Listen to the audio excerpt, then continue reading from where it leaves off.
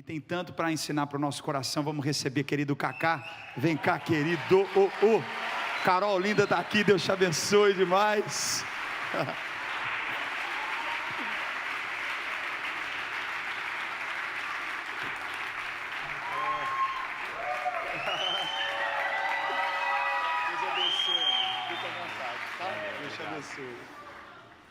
Fala galera, boa noite. Que alegria estar aqui, já com esse tema, né, tão especial, Crie Riqueza. Vim a esse lugar, Orlando é uma cidade muito especial para mim, e acredito que as maiores riquezas que eu tenho nessa cidade realmente são pessoas, e voltar aqui e encontrar amigos tão queridos, tão especiais para mim, realmente é muito especial. Queria agradecer ao pastor André pelo convite. Primeiro, parabéns pela série, né? Realmente uma série muito especial, grande Samuquinha que fica enchendo, né? Vamos fazer. Então, Samuca é uma grande bênção porque é um cara proativo para o Senhor. Não é aquele que fala assim, vamos fazer e deixa as coisas rolarem, vamos ver se acontece. Pelo contrário, ele vamos fazer e amanhã ele já está com a ideia, já está com o dia. E esse é o Samuquinha, grande bênção. Então, claro, vocês podem se assentar.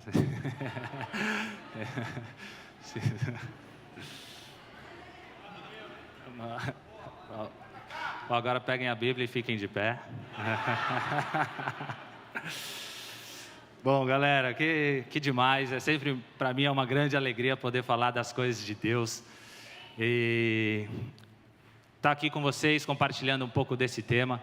Quando o André me ligou e falou, olha, a gente está fazendo uma série de palestras na igreja, e a gente queria convidar algumas pessoas para falarem. Você é um dos nomes que a gente gostaria, ver se encaixa alguma dessas datas. E aí, o dia 13 certinho, cheguei ontem aqui, fico 3 dias só em Orlando, a gente tem uma outra viagem, então a data perfeita, o dia perfeito, eu falei, realmente acho que é um sinal de Deus aí para eu estar mais uma vez falando das bênçãos e das maravilhas de Deus que Ele tem feito na minha vida. Demais. Bom, galera, eu queria começar lendo um texto de Isaías, versículo 11, capítulo 1. Eu não sei se consegue colocar aqui. Meu irmão Rodrigo está lá comandando. Somos um time, a gente não consegue fazer nada sozinho, né? Então vamos lá, o texto é assim, ó. Um ramo surgirá do tronco de Jessé, e das suas raízes brotará um renovo. O Espírito do Senhor repousará sobre ele, o Espírito que dá sabedoria e entendimento, o Espírito que traz conselho e poder, o Espírito que dá conhecimento e temor do Senhor. E ele se inspirará no temor do Senhor. Amém? Então, esse é um texto muito especial para mim. E é em cima dele que eu queria compartilhar com vocês aquilo que Deus tem feito na minha vida e fez, além desse tema de criar riquezas.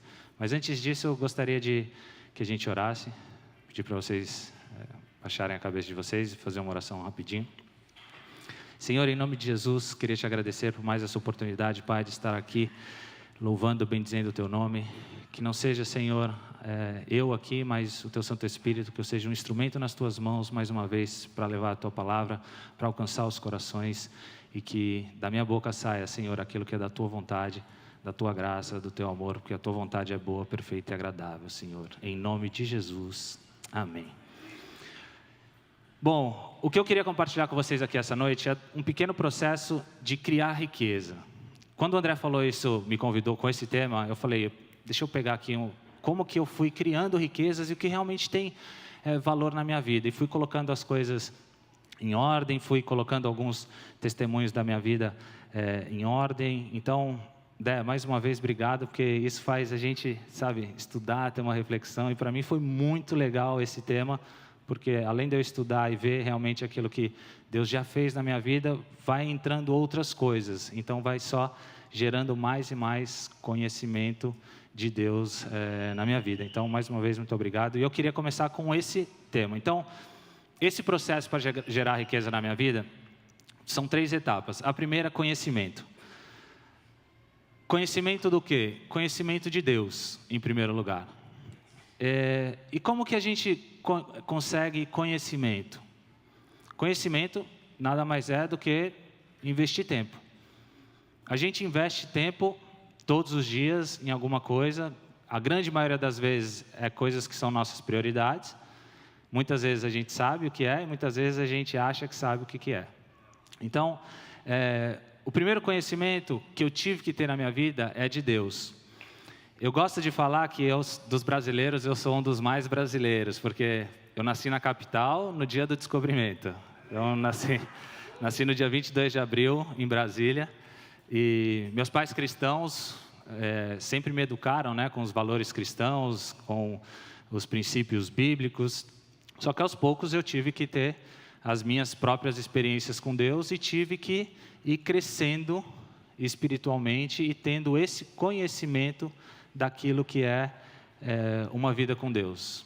Jó, depois de tudo aquilo que ele passou, ele fala uma frase maravilhosa que ele fala: antes eu te conhecia de ouvir falar, mas hoje meus olhos te veem, ou seja, eu conheço de contigo andar. E crescendo com essa educação bíblica dos meus pais, com esses valores e tudo mais, aos poucos eu fui tendo as minhas próprias experiências. Eu tinha que ter essa própria experiência para eu ter exatamente esse conhecimento de Deus.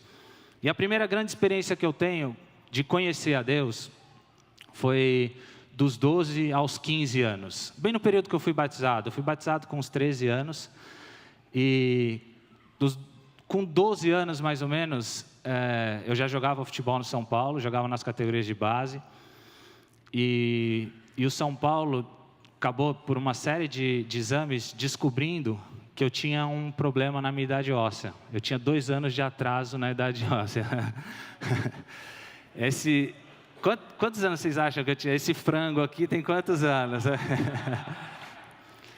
Esse aqui sou eu com 15 anos de idade. Então, eu com 15 anos sou essa figura aí. Com 12 anos, o São Paulo descobriu que eu tinha esse atraso na minha idade óssea.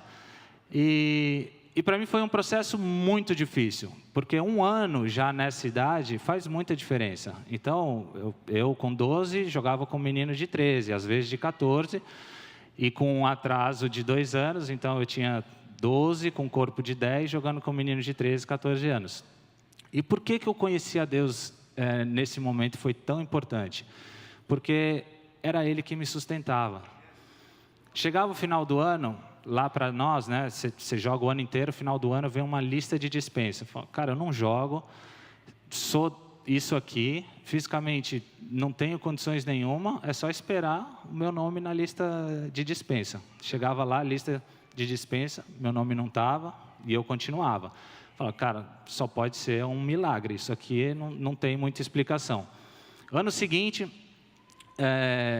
o São Paulo falou, olha, os meninos que a gente não for utilizar no São Paulo, a gente vai criar uma franquia e vamos fazer o São Paulo B. Vocês vão jogar pelo Paulistano de São Roque. E aí, fui jogar pelo Paulistano de São Roque. Marcelo está aí também, meu irmão, que foi jogar comigo nessa aventura. É mais um ano que, do nada, surgem umas coisas assim, realmente, como o André falou, não é de repente, né? As coisas foram acontecendo, mas e agora? Agora eu vou para onde? Vou ser dispensado? Vou ser mandado embora? E aí o São Paulo cria essa filial. E isso durante 3 anos. E assim foram 3 anos da minha vida, conhecendo a Deus, entendendo que Ele estava comigo, que Ele estava me ajudando, que Ele estava me suportando em toda e qualquer situação. Então esse momento foi importantíssimo para mim, para que eu tivesse, dos 12 aos 15 anos, um conhecimento de quem era Deus. De quem é aquele cara ali, quando Moisés fala assim, o que eu vou falar lá para Faraó? Aí você chega para ele lá e fala assim, que eu sou. Não fala que eu faço, não fala nada. Fala para ele assim, eu sou, está com você e que é Ele que vai libertar esse povo aqui do julgamento. E era o eu sou que estava comigo naquele momento. Era Ele que estava me sustentando, era Ele que estava me ajudando, porque fisicamente, condições humanas eu não tinha. Tinha um sustento e uma mão poderosa de um Deus que estava me ajudando ali naquele momento. E isso foi, como eu falei para vocês, dos 12 aos 15 anos. Depois entrou a idade do estirão, que para mim foi, foi muito rápido mesmo. Em 1 ano eu passei de 1,60 m para 1,80 m. Foi uma coisa assim, realmente absurda. E aí comecei a ter minhas oportunidades de jogar um pouco mais. E eu estava num processo realmente desenvolvimento físico, desenvolvimento espiritual e um desenvolvimento, que é o segundo conhecimento que eu queria falar com vocês, de conhecer a mim mesmo. Eu acho que esse conhecimento é importantíssimo. Primeiro, eu preciso conhecer a Deus. E ele vem junto, vem um pouco casado esse conhecimento, de conhecer a Deus com eu me conhecer, porque eu só consigo e eu só consegui me conhecer realmente através das situações que Deus colocava na minha vida. Porque nessa idade, eu não acreditava que eu conseguiria. Mas conhecendo um Deus poderoso, as coisas vão acontecendo e Ele vai me sustentando. É Ele que vai fazendo com que essas coisas me deem ânimo e me dê força, porque humanamente não tinha muito critério, não tem porquê essas coisas estarem acontecendo.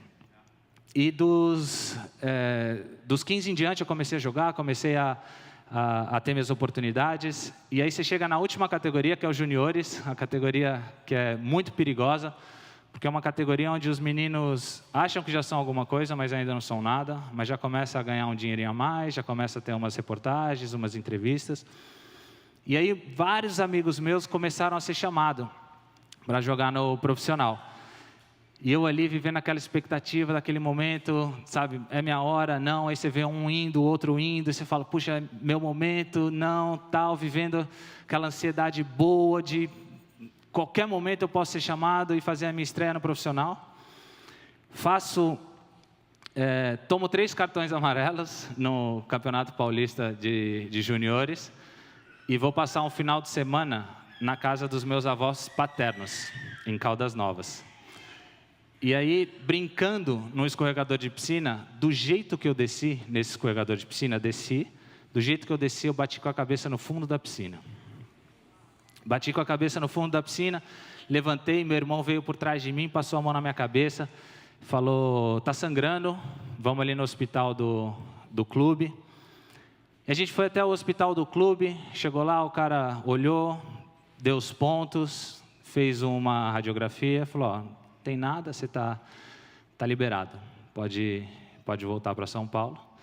Aí eu voltei no domingo, chegou na segunda, treinei na segunda-feira, treinei na terça, uma dor no pescoço assim insuportável. Aí fui no clube e falei, olha, não estou aguentando de dor no pescoço, aconteceu isso esse final de semana e queria refazer os exames. Aí fui refazer os exames, cheguei lá, o médico refez todos eles, e o dia do exame foi engraçado, porque eu fiz os exames e fiquei na sala esperando. Aí passa o primeiro enfermeiro e fala, você está bem? Eu falei, estou bem. Está com alguma parte do corpo formigando e tal? Eu falei, não, está tudo bem. Passou o segundo e falou, você está bem? Dor de cabeça, alguma coisa? Eu falei, não, estou super bem, estou tranquilo. Passou o terceiro e falou, você está bem? Aí, na hora que passou o terceiro, eu falei, agora não estou mais, se já é o terceiro que vem perguntar se eu estou bem, deve ter alguma coisa muito séria. Ele falou, não, espera um minutinho que o médico vai te chamar. Entrei na sala do médico, primeira pergunta que ele falou, você está bem? Eu estou, mas isso é o quarto que pergunta se eu estou bem. Ele falou, não, porque o seu negócio é muito sério. Você tem uma fratura na 6ª vértebra cervical. Aí eu olhei para ele assim, falei, legal, doutor, quando que eu posso voltar a jogar? Aí ele falou assim, eu acho que você não entendeu. Hoje não é dia muito de questionar, hoje é dia de agradecer. Agradece porque, na maioria dos casos como esse do seu, o cara não volta mais a andar. Aí, e ele falou, e no seu caso ainda um pouquinho mais extremo, porque você treinou 2 dias. Se um desses dias aí você dá uma cambalhota, alguma coisa assim, você esquece, você não ia andar mais. Eu falei, bom, acho que agora realmente eu entendi, agradeci a Deus por mais um livramento realmente especial. E perguntei qual era o processo, né? Ele falou, você vai colocar o colete cervical, vai ficar tomando leite e cálcio aí por um tempo e depois a gente vai ver o que acontece com você. Eu falei, tá bom. E saí de lá, e esse período para mim foi um processo de conhecimento realmente pessoal muito, muito grande. Porque a gente reclama muitas vezes, claro, ninguém quer passar por uma enfermidade, mas a enfermidade é um momento de conhecimento pessoal tão grande, que realmente ali é um momento seu com Deus. Porque por mais que tenham pessoas ao teu lado, e no meu caso sempre tiveram, meus pais sempre tiveram do meu lado, minha família sempre esteve muito próxima, é um momento de muita solidão. Porque você não sabe o que vai acontecer, você não sabe em que condições você vai voltar. Eu não sabia se eu ia voltar a jogar, não sabia se eu ia voltar a correr, tinha meus pais do meu lado, mas eu não sabia como que eu ia, se o sonho de ser jogador ia se realizar em algum momento. Então é um momento de conhecimento assim pessoal e de redenção muito grande. Então foi um momento de conhecimento de Deus para mim muito forte, foi um conhecimento meu de saber assim do que realmente eu dependia, e um conhecimento de fé muito grande para mim também. Porque nesse momento eu entendi muito o que era fé. Porque a gente frequenta igreja, em muitos dos lugares a fé é de que vai acontecer, eu quero isso e vai acontecer. Enfim, não acho que é errado eu pedir, não acho que é errado a gente querer as coisas, a Bíblia fala muito bem sobre isso, mas eu acho que é muito legal a gente entender que Deus pode dar e Deus pode não dar. Então, naquele momento eu entendi que eu podia ser um jogador profissional, eu podia não ser um jogador profissional, mas o mais legal é que Deus ia estar comigo em qualquer situação. E essa para mim foi o grande entendimento.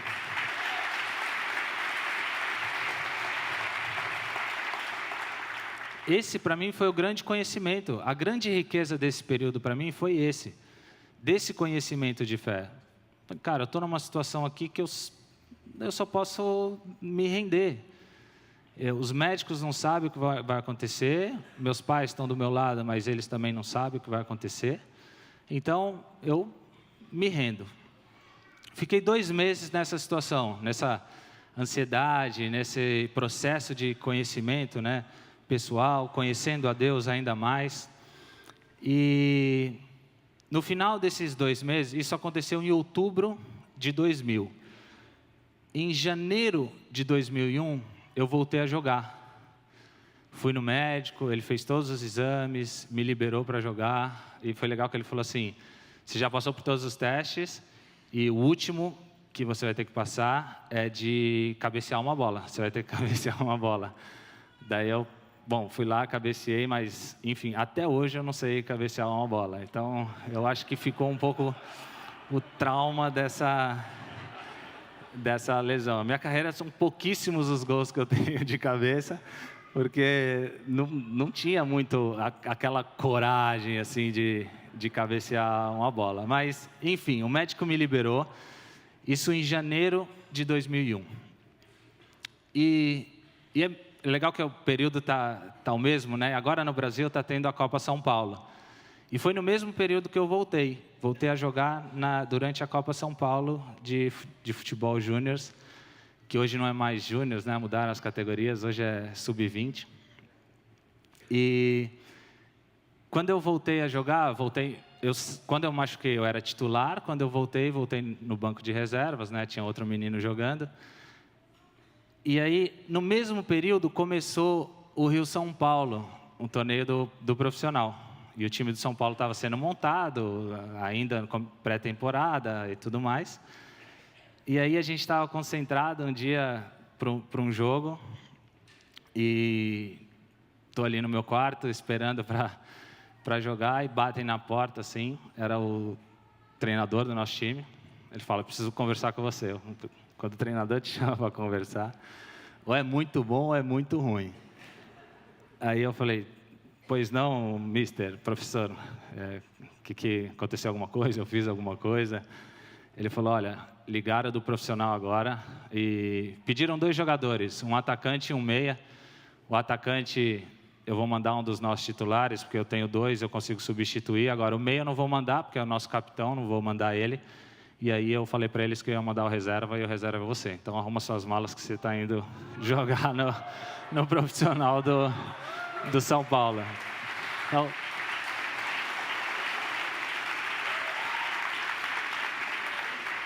nesse momento é uma euforia imensa, assim, é uma alegria misturada com medo, cara, e agora? Vamos lá, glória a Deus, mas e aí? Então, e vive aquele momento, aquela ansiedade, e eu ali arrumei minhas malas, fui para casa, avisei meus pais, e aí fui fazer um jogo contra o Fluminense no Rio, um jogo terrível, resultado horrível, mas enfim, eu estava lá, estava maravilhoso, estava tudo ótimo, vamos embora. E aí joguei mais alguns jogos desse torneio, mas como eu falei para vocês, esse período foi importantíssimo, porque eu tive um conhecimento muito grande de quem era Deus, e tive um conhecimento muito grande de quem eu era, do que eu era capaz, mas não pelas minhas forças, do que eu era capaz através do conhecimento que eu tinha de Deus a partir daquele momento. Então, eu conseguia me entender muito bem a partir do momento que eu conseguia entender Deus muito bem. Eu conhecia Deus muito bem. E quantos de nós aqui não vê uma pessoa passando por uma situação e fala assim: se eu passar por essa situação um dia, eu vou reagir de maneira completamente diferente. Quando passa por aquela situação, tem a mesma idêntica reação que aquela pessoa teve. Isso é porque a gente não se conhece. E quando eu falo isso, a Bíblia tem um exemplo muito claro de falta de conhecimento, que é Pedro e Jesus. Pedro fala para Jesus assim: imagina, você vai morrer? Eu não vou deixar. Isso não vai acontecer com você. Se vierem aqui, eu acabo com todo mundo. Jesus fala para ele: Pedro, dá um tempo que ainda hoje, você vai me negar 3 vezes. Você está brincando. Hoje, daqui a pouco, você vai me negar 3 vezes ainda. Isso demonstra a falta de conhecimento que nós temos de nós mesmos. Mas Pedro também só conseguiu se entender através de Cristo. Foi o único jeito que ele conseguiu se entender. Depois que isso aconteceu, aí ele chora, se arrepende, e aí Jesus vem 3 vezes para ele perguntando: Pedro, tu me amas? Senhor, tu sabes que me amas, tu sabe que eu te amo. Enfim, essa é um pouco a história ali de Pedro com Jesus, mas o conhecimento de Pedro vem através de Cristo. Ele se conhece muito bem através das situações que Deus coloca na vida dele, e comigo foi dessa forma. E comecei a joguei alguns jogos, fiz alguns jogos, fui no banco em alguns, entrei de titulares em outros, mas teve um jogo muito específico, que foi o jogo que realmente me apresentou para o Brasil inteiro, enfim, para o futebol mundial, que aí eu vou deixar o Cacazinho, com 18 anos, contar como é que foi essa história aí. Semana passada foi eleito pelos internautas o 3º jogador mais difundido no Brasil. E ainda... Já sabe quem é? Kaká, um garoto de 18 anos, profissional só há 2 meses, entrou assustado no segundo tempo. Foi um lance meio esquisito, né? Que eu tropecei, daí a torcida foi me colocando pé, mas levantei e parti pra lá. Partiu para ser o herói do título. Primeiro gol. Foi o gol, né, que deu início à reação, né? Então foi um gol muito importante. O segundo gol foi um momento mágico, né? Que o França meteu uma bola ali que me deixou mano a mano com o zagueiro, aí eu falei: ali eu tenho que ir pra cima, né? Fui pra cima do zagueiro e só tirei do lado. Kaká chegou ao Morumbi há 10 anos. Ele tinha talento. O São Paulo, o laboratório. Kaká passou por um tratamento para crescer. Hoje, com 1,84 m, continua com um jeito de criança, sem barba e com um sorriso infantil. Eu estava muito alegre ali, né? Foi um momento que eu fiquei muito feliz, que não conseguia me conter, né? Ficava rindo. E foi com muita gente que Kaká comemorou o maior título da carreira, que está só começando. O primeiro dele como profissional.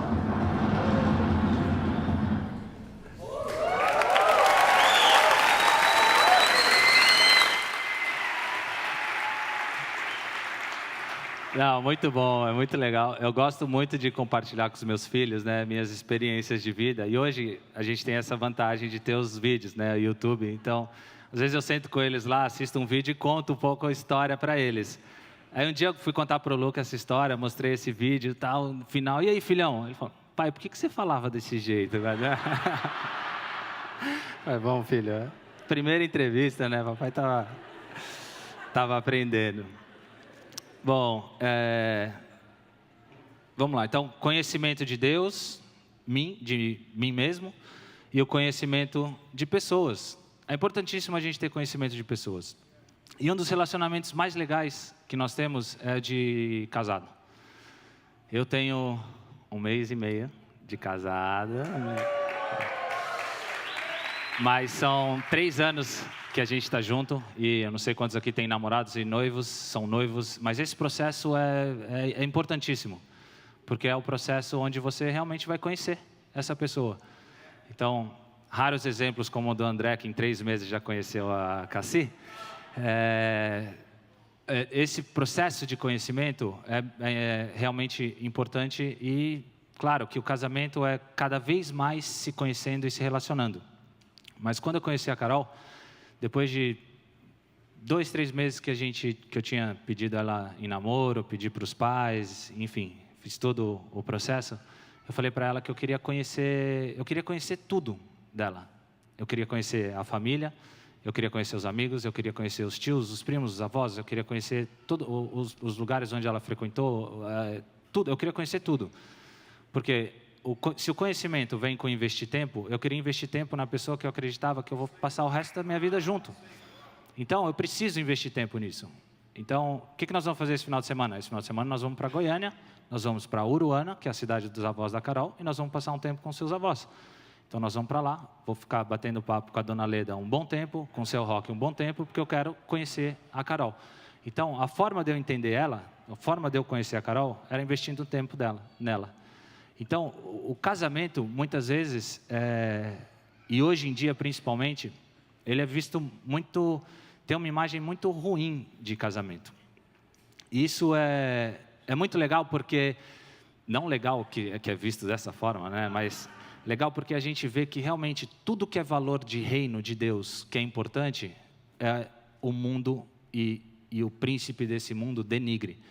Então, se você vê que o casamento está sendo denegrido, é porque tem um valor espiritual muito forte nesse relacionamento. O casamento e a ilustração que Jesus faz o tempo inteiro na Bíblia, de que Ele é o noivo e a igreja é a noiva, enfim, desse relacionamento de casamento, vem dessa relação que nós temos de marido e mulher.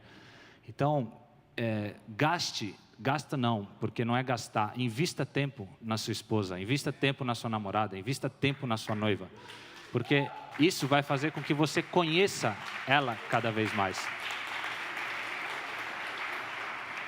E hoje, com 3 anos de relacionamento, eu sigo nesse processo de conhecer a Carol, e todas as vezes, todas as situações que a gente pode ir junto, eu quero estar junto com ela quer estar junto comigo, porque são nessas situações que você vai conhecer a pessoa que está do seu lado.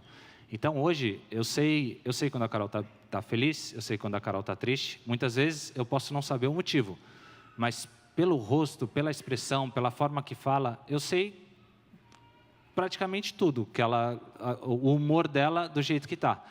Quando ela está eufórica, quando ela está irritada, quando ela está brava, quando ela está... Enfim, posso, como eu falei, não saber o motivo, muitas vezes é culpa minha, mas eu sei que é assim. E esse é o principal relacionamento, mas a gente estende isso para as pessoas em geral, para familiares, para os amigos, para tudo aquilo que é nosso relacionamento.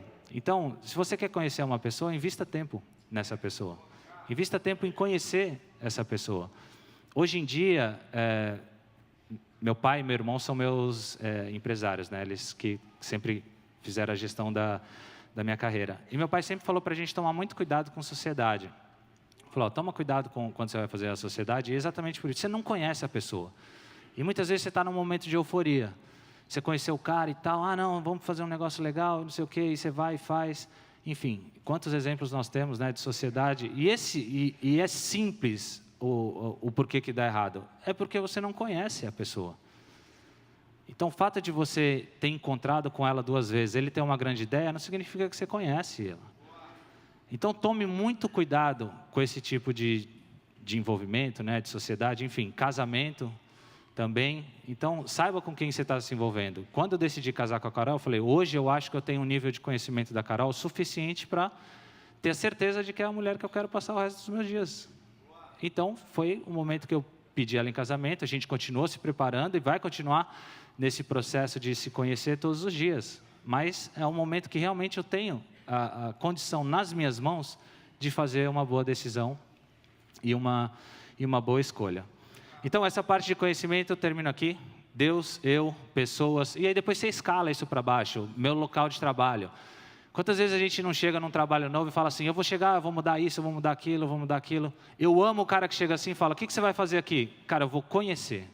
Eu vou conhecer as pessoas, eu vou conhecer o lugar, eu vou entender aquilo onde eu estou, o ambiente onde eu estou. Falo, pô, que legal, esse cara tem uma ideia boa, assim, legal, né? Igreja, muitas vezes, eu vou lá naquela igreja, eu vou fazer isso. Eu falo, não, eu vou lá, eu vou conhecer, eu quero conhecer as pessoas, quero conhecer o pastor, quero conhecer quem está lá, eu quero conhecer, quero gastar tempo, quero investir tempo em conhecer, em ter conhecimento. Bom, segundo parte desse processo de gerar riqueza é entendimento. Entendimento, quando eu conheço, eu entendo. Se eu não conheço, eu não entendo. Quem aqui gosta de futebol americano? Quem não gosta? Por quê? Não entendo nada. Então, o dia que você entender, é melhor você realmente não entender. Porque o dia que você entender, você vai ficar igual eu ontem, 3 horas na frente da televisão, assistindo um monte de cara trombando, tacando bola para frente. Porque esse esporte é muito legal. Mas, se você não conhece, não entende, não tem envolvimento. Então, a partir do momento que eu conheço, eu entendo daquilo que eu conheço. E aqui eu queria ler um texto com vocês, que é Mateus 6,33.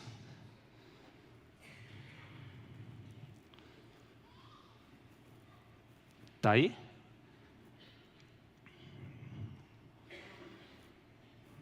É isso aí. Busquem, pois, em primeiro lugar o reino de Deus e a sua justiça, e todas essas coisas lhes serão acrescentadas. Quando eu conheci a Deus, eu comecei a ter entendimento do reino de Deus. Eu não vou ter nunca entendimento do reino se eu não conhecer o rei. Então, o dia que eu comecei a conhecer a Deus, quando eu comecei a ter um conhecimento maior dele, eu comecei a entender o que é o reino de Deus. Lá em Romanos 14 fala que o reino não é comida nem bebida, é justiça, é paz e alegria. Então, na Bíblia tem vários versículos onde falam o que é o reino de Deus, o que é o reino de Deus.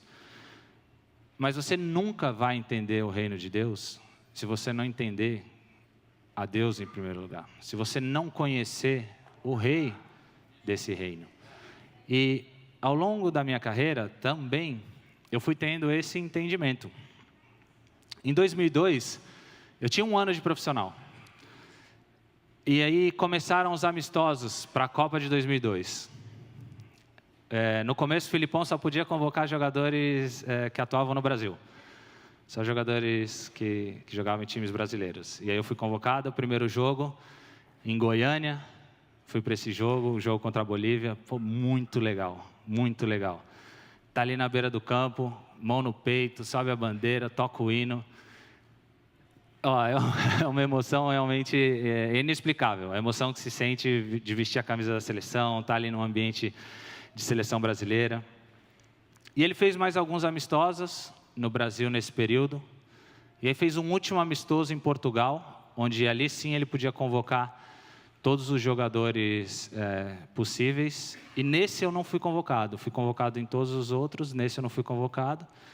E aí passaram 2 meses até a convocação final. Nesse processo de convocação final é dramático, porque, claro, tinha os caras que já estavam garantidos e tinham aqueles que estavam brigando por uma vaga. E eu estava nessa aí, tinha 20 anos de idade, brigando por uma vaga para ir para a Copa de 2002. Aí a gente está num jogo, um jogo contra o Corinthians no domingo, e a gente concentrado no sábado. O Filipão liga para o Belete. Belete é o lateral direito que jogava no São Paulo, que foi para a Copa em 2002. Liga para o Belete e fala: Belete, tudo bem? Tudo bem, professor. Como que está o Kaká? O Kaká está bem. O tornozelo está bom. Eu tinha tido uma torção uns dias antes, mas estava bem, ia jogar. Falei, não, o tornozelo dele está bem, ele vai para o jogo amanhã. Tá bom, obrigado. E aí o Belete tem a infeliz decisão de bater lá no meu quarto. Kaká, oi, Filipão me ligou. E aí? Falou nada. Tá de sacanagem. Então não veio aqui no meu quarto falar que não falou nada.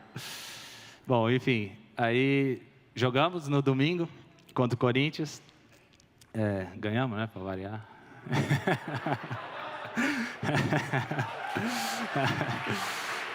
E aí, convocação final para a Copa na terça-feira, eu lá sentadinho, vendo a convocação, e aí vem a lista. A lista não era igual a de hoje. A de hoje a lista é por ordem alfabética. Naquela época era por número. E vem 1, 2, 3, 11, 12, 15, 16, 17, nada, 19, 20, 21, 22. No 22 ele para e fala assim, eu só tinha uma dúvida, que estavam entre 2 jogadores, um teve um ato de indisciplina uns 15 dias atrás, e por esse caso de indisciplina eu resolvi convocar o menino que é o mais novo aí, que vai ser nosso caçula, o Kaká, vai para a Copa de 2002. Momento maravilhoso, assim, a euforia, a alegria de estar indo para uma Copa do Mundo realmente foi espetacular. Essa foto já é a foto do título, né? Mas antes disso foi muito legal, porque como eu falei para vocês, eu só tinha ido para os jogos no Brasil. Eu não tinha ido para os jogos, para o jogo onde estava todo mundo. Então fui convocado. E aí, o processo nosso foi, sai de São Paulo, vai para Barcelona, Malásia, até chegar na Coreia e no Japão, que era para se adaptar ao fuso horário. A gente sai de São Paulo um dia à noite, chega em Barcelona no outro dia de manhã. Quem viajou do Brasil, só o pessoal que atuava no Brasil. Era eu, Gilberto Silva, o Kleberson, enfim, eram jogadores que estavam atuando ainda no Brasil. E aí eu chego no hotel ali em Barcelona. A gente viajou à noite, chegou no outro dia de manhã, chego direto para o café da manhã. Eu estou sentado lá, no café da manhã, aí levanta a cabeça assim, e aí vem descendo os caras. Aí vem Ronaldo, Ronaldinho, Rivaldo, Roberto Carlos, Lúcio, Denilson, Roque Júnior, enfim, o Cafu, toda aquela galera, e eu, cara, aonde eu tô? Eu não tô...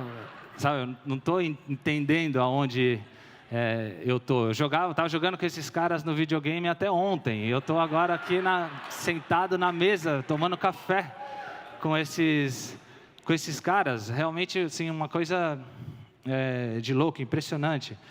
E aí nós jogamos um amistoso em Barcelona, viajamos, fomos para a Malásia.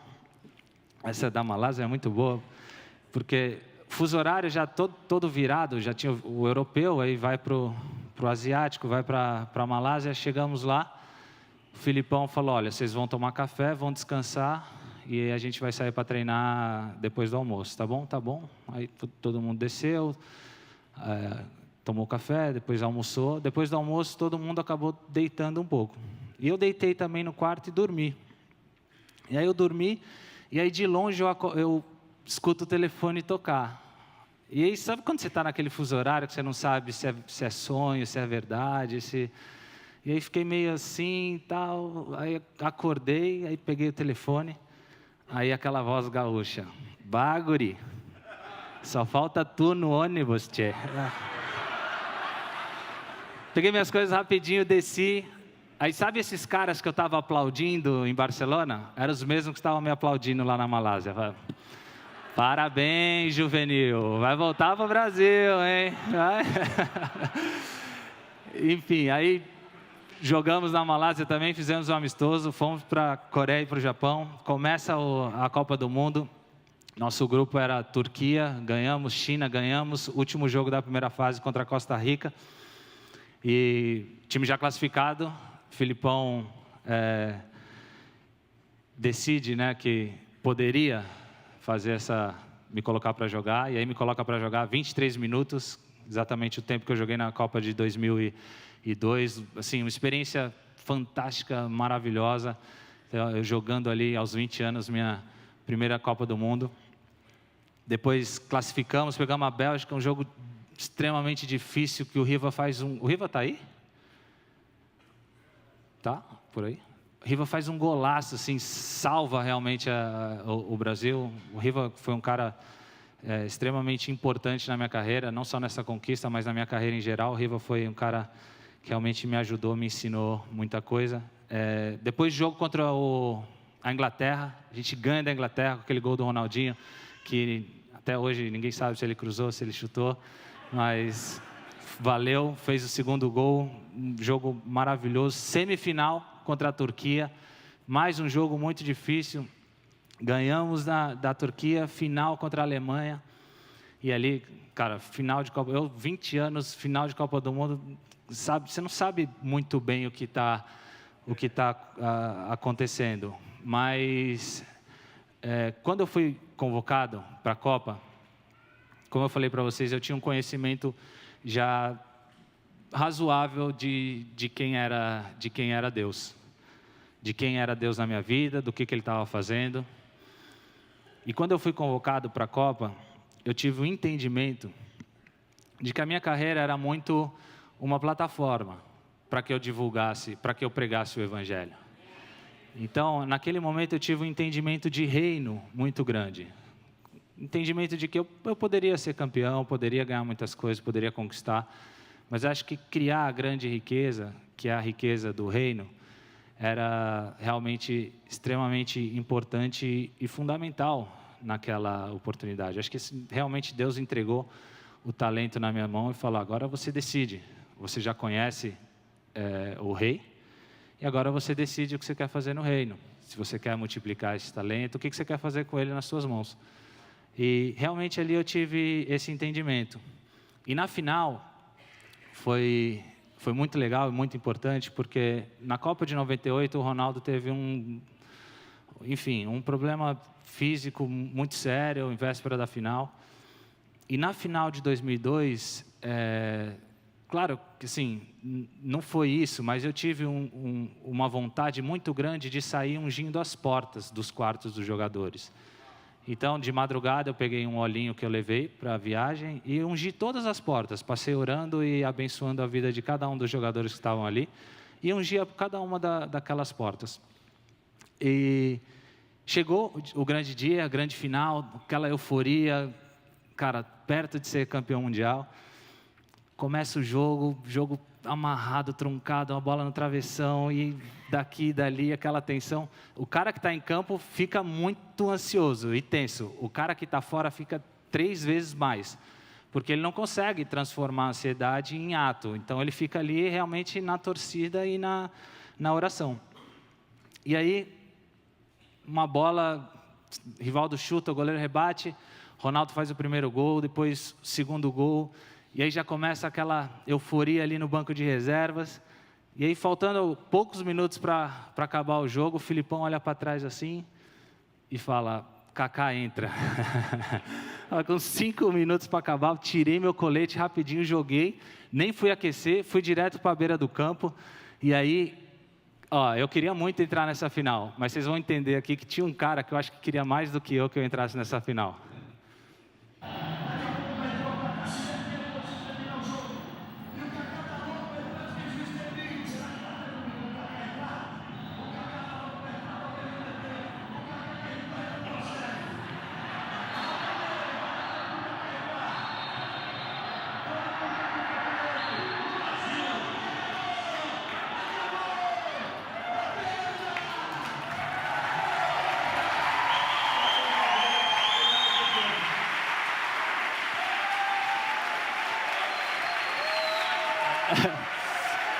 Então, eu acho que eu queria muito ter entrado, mas acho que o Galvão, que está aqui presente, acho que ele queria mais do que eu entrasse.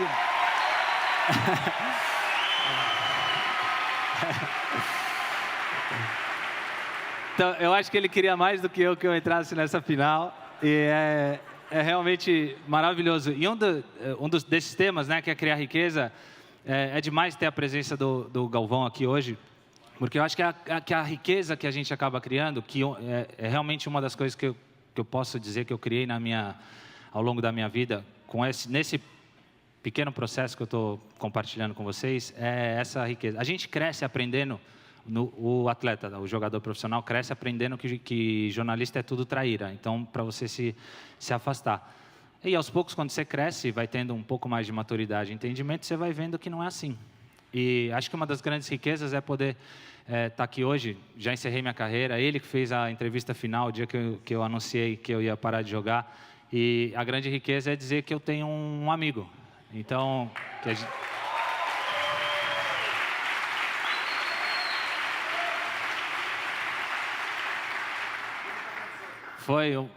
É um excelente profissional, com certeza um dos maiores narradores da história aí do esporte, e ter ele, né, narrando um momento desse da minha vida é extremamente especial, mas acabou, minha carreira ali em campo acabou, e o que fica, né? Qual a grande riqueza? A grande riqueza é de chegar aqui e poder abraçar ele, a família dele, e dizer que nós somos amigos, passamos por momentos profissionais altos e baixos, mas permanece essa grande riqueza que é a amizade. Então, nesse momento, como eu falei para vocês, eu tive um entendimento. Foi a primeira vez que eu usei essa camisa, I Belong to Jesus. Eu cantava uma música, a gente cantava uma música na igreja que dizia, eu vou dizer ao mundo que eu sou de Jesus. E quando eu tive esse entendimento de reino, eu falei, eu vou dizer ao mundo que eu sou de Jesus. Então, é isso que eu vou levar, eu vou pregar. Claro, não é todos os dias com a camisa, mas todos os dias com o meu ato e meu comportamento. E num momento...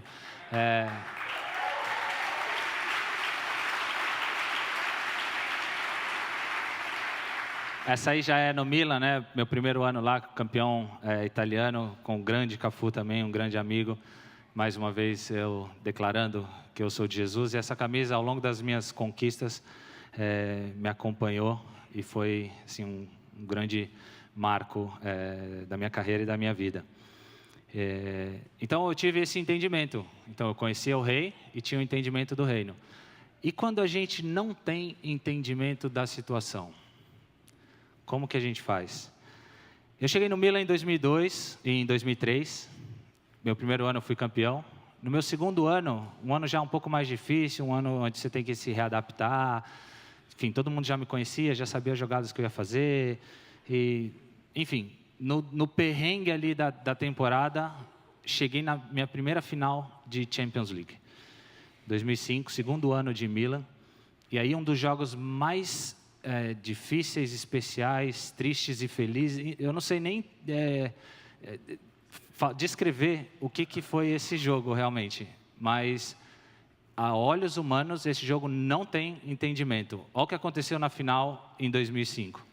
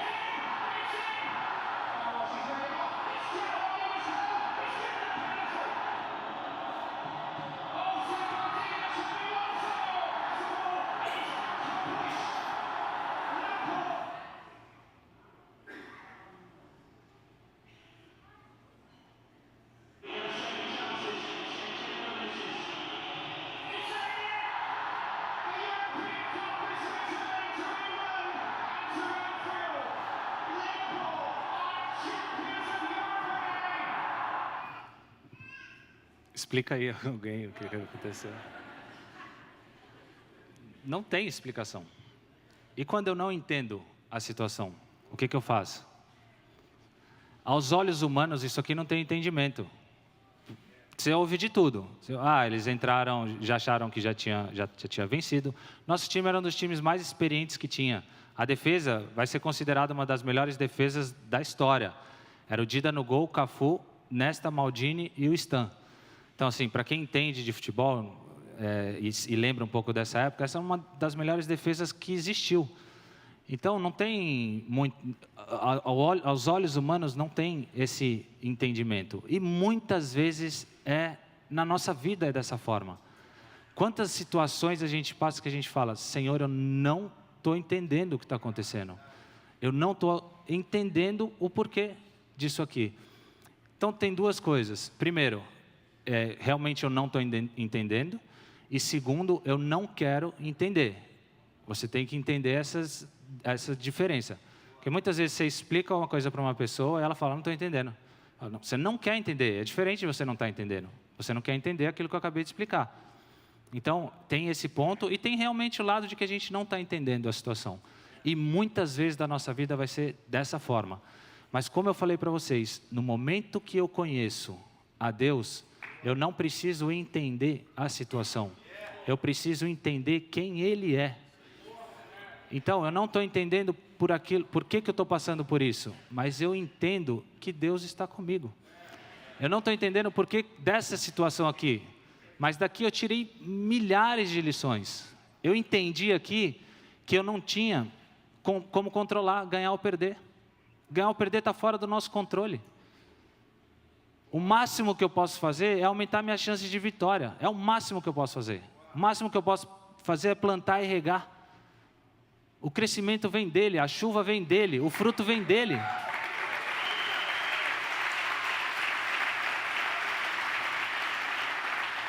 Então, eu não preciso entender muitas das situações, eu preciso entender Ele. Eu preciso conhecer a Ele. Senhor, eu não estou entendendo essa situação, mas eu te entendo. Eu entendo que o Senhor é Pai. Eu entendo que o Senhor é bom. Eu entendi isso. A situação, paciência. Paciência. Então, eu preciso ter esse entendimento de reino. Esse entendimento de Deus. Essa foi uma das... Como eu falei para vocês, eu não sei explicar, porque foi um jogo muito ruim de perder, mas foi um jogo muito ruim, mas muito bom de perder. Porque eu aprendi muita coisa, serviu muito. E 2 anos depois, a mesma final contra o mesmo Liverpool, eu campeão da Champions. Então assim, ó. Mais uma vez com a camisa, I belong to Jesus. 2 anos depois. Não consigo entender. Então, muitas vezes em entrevistas, elas perguntam como que... Cara, eu não consigo te responder se eu não entrar com o óculos do cristianismo, com o óculos da fé. Se eu não conseguir fazer com que você enxergue com os olhos que eu estou enxergando, é difícil eu explicar uma derrota, uma vitória dessa. Então, isso para mim realmente foi um processo muito, muito rico de conhecimento, entendimento. E aí, por fim, a terceira parte são as escolhas e decisões. Porque no momento que eu conheço, eu tenho entendimento. Quando eu conheço e entendo, eu escolho. E aí eu escolho por aquilo que realmente eu já conheço e entendo. E aí a decisão final é minha, porque quem vai viver a consequência sou eu. A consequência da escolha é daquele que faz. Então, é muito bom você ter conselheiro, é muito bom você ouvir as pessoas, mas lembre sempre que a decisão é sua, porque é você que vai viver a consequência. Então, cobrem dos seus líderes e dos pastores, do André, que é um pastor muito sério, um cara muito sério, eu conheço há muito tempo, que eles te ensinem a ouvir a voz de Deus. Quando Eli e Samuel estavam ali, Eli, um grande profeta, um sacerdote, está ali dormindo, Samuel escuta a voz de Deus, falando, Samuel, Samuel. Aí ele vai... Samuel não sabia quem era Deus, não entendia a voz de Deus, ele foi atrás de Eli. Ele fala, Eli, você me chamou? Não chamei, volta a dormir. Samuel dorme de novo, escuta de novo, Samuel, Samuel. Vai ele lá atrás de Eli. Eli, você me chamou? Eli, se Eli fosse muito dos pastores que tem nos dias de hoje, ele ia falar, chamei Samuel, vai buscar água para mim. Mas Eli foi um cara muito correto. Ele falou, Samuel, vai dormir. E quem está te chamando é o Senhor. Próxima vez que ele te chamar, você fala, eis-me aqui. Então, cobre dos seus líderes que eles te ensinem a ouvir a voz de Deus. Não?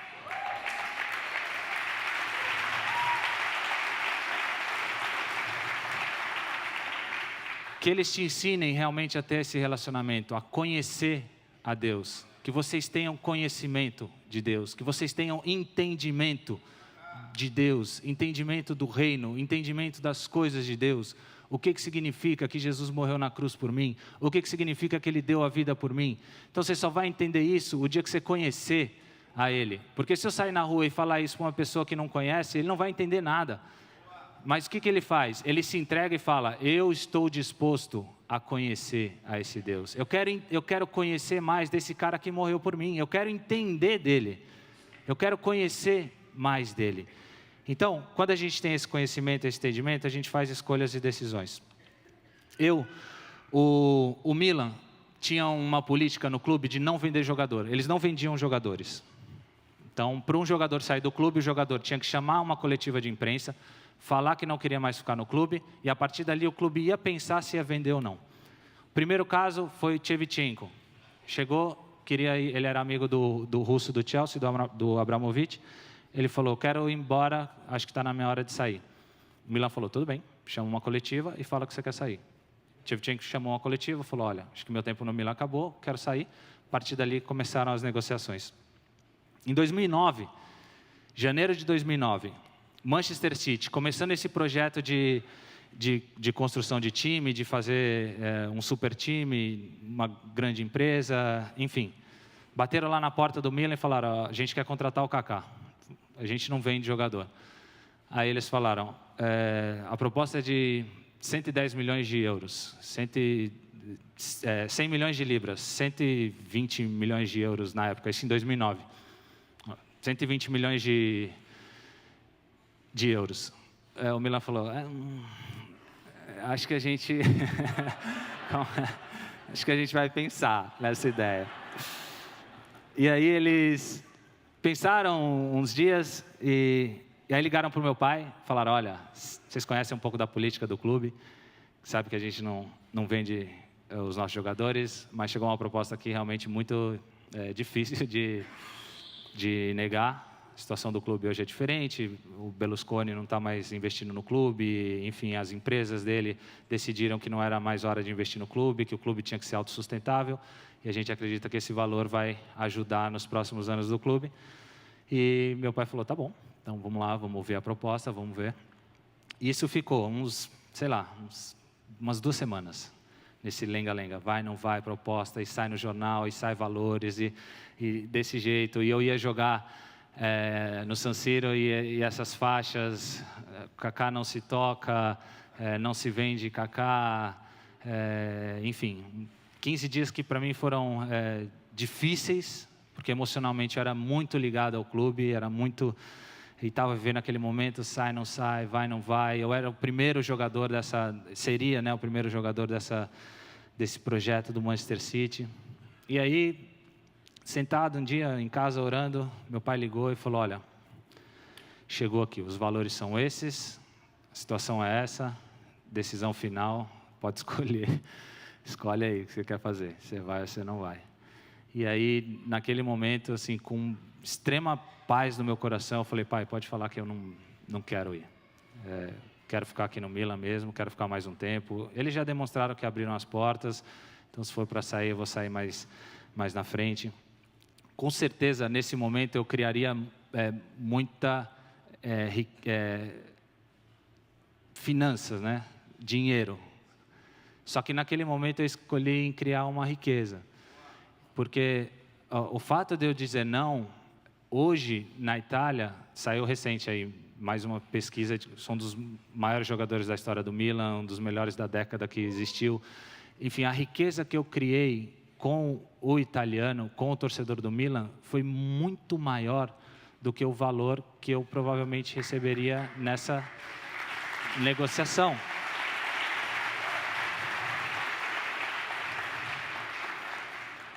Por quê? Porque eu tinha um conhecimento de Deus, eu tinha um entendimento de reino. E, para mim, estava muito em paz dizer que não, porque nunca foi o dinheiro que me pautou. As minhas decisões nunca foram baseadas e extremamente ligadas a isso. E aqui eu queria até falar um tempinho sobre isso, porque Hoje nas igrejas ou a gente fala muito, ou o cara foge e vai para o outro lado e não fala nada. Então acho legal a gente encontrar o equilíbrio. Não tem problema nenhum, irmãos, nenhum em você querer ter uma casa legal, um carro legal, lutar por isso, trabalhar por isso, sabe? A Bíblia não fala que o dinheiro é a raiz de todos os males. A Bíblia fala que o amor ao dinheiro é a raiz de todos os males. Então tem uma grande diferença entre ser o dinheiro e o amor ao dinheiro. Então não tem problema nenhum, só entenda que não é isso. Não é isso. Então, o Deus que te dá alegria, Ele vai te dar alegria com ou sem. Mas não tem problema nenhum em você desejar fazer uma ótima viagem, ter um carro legal, mas entenda que aquilo ali, se for para a tua destruição, Deus tira também, não permite. O não de Deus também é resposta. Muitas vezes a gente não entende. Então, hoje, eu não sei aqui quantos são pais, mas quantas vezes nossos filhos querem uma coisa que a gente sabe que é extremamente prejudicial para eles? Você tem que falar não. E muitas vezes a gente não tem esse entendimento. Muitas vezes você está pedindo para Deus uma coisa que é extremamente prejudicial para você. Então, às vezes você quer um carro bacana, não é para ir para a igreja. Você quer um carro bacana para todo mundo ficar olhando para você. Então, para que isso não aconteça, Deus prefere evitar. Então, vamos evitar que isso aconteça. Mas, de novo, não tem problema nenhum em você desejar essas coisas. Deseje mesmo, vai atrás, corra, batalhe, lute, plante, semeie e saiba que a colheita vem de Deus. Só não coloque as suas forças tudo nisso. E não acha que é isso que vai realmente te levar ou te dar uma felicidade, uma alegria, algum prazer eterno. Isso realmente é passageiro, momentâneo, muito legal, muito gostoso, mas se o dinheiro também não for para gerar uma riqueza, não serve. Então, que o dinheiro seja para você fazer uma viagem muito bacana com a sua família. E desse dinheiro você vai gerar uma grande riqueza, porque é um tempo maravilhoso que você vai ter com eles. Então, faça do seu dinheiro um bom proveito. Gere realmente uma riqueza que dificilmente alguém vai tirar. Porque aquilo ali, a questão do dinheiro e financeira, cara, esse tema é muito difícil e muito complicado. E Jesus, quando fala sobre isso, ele não fala ali, quando ele fala, a gente não pode servir a dois senhores, ele podia falar de milhares de outras coisas, de fama, de sucesso, de realizações, de poder, enfim, e ele usa o dinheiro. Isso é para demonstrar a importância que realmente isso tem nos dias de hoje. Claro que todo mundo precisa, mas, de novo, não coloca a sua esperança, a sua força, a sua fé, aquilo que você realmente precisa no dinheiro. Então, coloque todas as suas forças, suas esperanças e tudo aquilo que você necessita em Deus. Porque Ele, pela fé, Ele pode te dar e pode não dar. Amanhã você tem conta para pagar, você pode sobreviver com ou não, pagando ou não essa conta. Deus é Deus de milagre, Ele faz coisas maravilhosas. Então, a partir do momento que Ele conhece o teu coração, Ele vai te suprir. Então, tenha simplesmente essa certeza. Senhor, tenho certeza de que o Senhor está no controle da minha vida, das minhas finanças. E nessa terra, quando a gente acaba tendo essa possibilidade financeira, a gente entende que a gente nada mais é do que administrador das coisas de Deus. Porque tudo aquilo que eu conquistei nessa área financeira, se não for para administrar para as coisas de Deus, e se não for para gerar essa riqueza que eu estou falando para vocês, de reino, não tem sentido, não tem valor. Porque você compra um carro hoje, amanhã você compra outro, e depois de amanhã você compra outro. E daí? Hoje você faz uma viagem, amanhã você faz outra, e depois você faz outra. É só lugar diferente que você conheceu. Sabe? Não tem essa riqueza. Agora, se o carro que eu tenho serve para levar o irmão para a igreja, glória a Deus. Se a casa que eu tenho tem 200 quartos e é para eu receber toda a minha família, para eu passar um tempo com eles, glória a Deus. Se o avião que eu tenho é para levar e para fazer missão na África, glória a Deus. Então, que o seu dinheiro sirva, com certeza, para você ter muitas coisas nessa terra, mas que seja principalmente para você criar uma riqueza que a traça não consome. Então, que seja dessa forma essa riqueza. E aí eu não quis sair. Em 2009, em janeiro, fiz essa opção para não sair. Fiquei até o final da temporada, em junho. E aí, de novo. Aí, junho, Os caras viram que o Milan tinha aberto a porta e chegou uma enxurrada de proposta. E uma delas foi do Real Madrid. Chegou uma proposta do Real Madrid lá, eu estava com a seleção na Granja, aí meu pai me ligou e falou, chegou uma proposta do Real aqui. Eu falei, olha pai, bom, o Milan já abriu as portas, já demonstrou que gostaria de vender, e se é dessa forma, eu acho que é a hora. Agora eu quero sair, e para o Real Madrid é um clube que eu gostaria de ir. Então, pode tocar aí as negociações, e se der tudo certo, eu vou para o Real Madrid. As coisas andaram, a negociação andou. Em junho de 2009, eu fui comprado do Milan para o Real Madrid. Na época, a terceira maior negociação da história, só o Cristiano e o Zidane, e eu o terceiro. 67 milhões de euros na época. E fui para o Real Madrid. Fiquei no Real Madrid 4 temporadas. E aqui mais um lugar onde eu tive que fazer escolhas e decisões baseadas no rei que eu conhecia e no reino que eu entendia. Eu chego no Real Madrid como o melhor jogador do mundo e começo a ter problemas físicos, começo a ter problemas de escolha técnica, treinador que escolhia por outros e não por mim. E momento muito difícil, complicado, que mais uma vez eu não entendia o que estava acontecendo, porque tudo aquilo que para mim funcionava, eu tinha Deus em uma caixinha. Então eu sabia as regras para acontecer. Então era eu ir na igreja, fazer jejum, entregar meu dízimo e orar, que as coisas iam acontecer. A partir daquele momento eu tive que ter um outro conhecimento de Deus. É um outro patamar. Então Deus não está nessa fórmula aqui. Deus não está nisso aqui. E eu vim na igreja, entregar meu dízimo, orar, fazer o jejum e aquilo vai acontecer. Então, passa dessa fase. Você entendeu essa fase aqui, agora você vai para o próximo nível. Aqui a vida com Cristo é Candy Crush. Tem fase até não acabar mais. Mas ali eu tive que ter um outro entendimento. Então, eu chego, nada acontece, eu não jogo, o treinador não me escala, a imprensa dando porrada o tempo inteiro. Foram 4 anos. Tem aqui, olha as reportagens que saíam. Isso é capa de jornal espanhol. Kaká, você é reserva, vai atrás de um time. O Madrid fala para o Kaká, vai embora. Kaká, você vai ter que tratar de um problema no pubis por toda a vida. Isso é capa de jornal espanhol que sai. Essas notícias que saíam, assim, na Espanha, diariamente, o tempo inteiro. E aí, como que era a minha cabeça? Eu era o melhor jogador do mundo e passei a ser uma das piores contratações da história do Real Madrid.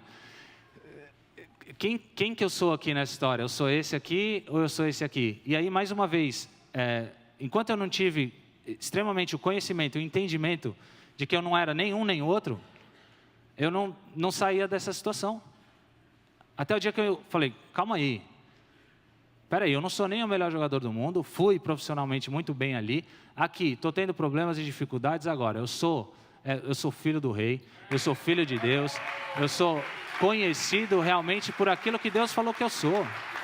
Eu não sou isso aqui é profissionalmente, isso aqui vai acabar. Daqui 5, 6 anos, acabou essa parte profissional de campo. Mas a minha vida continua, a minha essência não pode mudar. E ali foi quando eu tive esse conhecimento, realmente esse entendimento e fiz essa escolha. Em nenhum momento vocês me viram falando mal de Real Madrid, e nunca vão ver. Em nenhum momento vocês me viram falando mal do Mourinho, e nunca vão ver. Porque eu tenho um entendimento do reino de que a autoridade sobre a minha vida, aqui, quando Paulo fala, as autoridades sobre as nossas vidas é constituída por Deus. Cara, isso é muito difícil de entender. Eu não sei se é verdade, eu não sei se foi ele que pôs aqueles presidentes lá no Brasil, não é possível que foi ele. Agora, se foi ou não, não quero saber, eu quero ter entendimento dele. Eu tenho entendimento dele, da situação eu não sei. Então eu vou fazer aquilo que eu acho que é certo, vou votar nas pessoas que eu acho que é certo, votar. Agora, meu entendimento é de outro reino, é de outro Deus. Eu tenho um entendimento diferente. Então, esse é o entendimento que eu tinha que ter e tive que ter nesse momento. E a grande riqueza que eu tenho dessa experiência é que 2 semanas atrás, o Real Madrid me ligou, porque agora em março, dia 29, tem um jogo de Legends do Real Madrid contra o Porto. E eles me ligaram perguntando se eu não posso jogar. Cara, porque esses caras estão me chamando de Legend do Real Madrid por quê? Por causa do meu comportamento lá, só pode ser. Porque eu não tive resultado nenhum profissional. Não fui o melhor jogador lá. Não tenho grandes conquistas de Real Madrid. Só pode ser pela minha conduta. porque eles viram que em todo tempo eu fui profissional, em todo tempo eu fui honesto, em todo tempo eu fui íntegro, em nenhum momento eu falei mal do clube, em nenhum momento eu dei porrada no treinador. Naquele momento, eu tinha força para bater também. Mas fiz a escolha de, assim como o Davi, que podia ter matado Saul, ele fez a escolha de falando, cara, não vou tocar.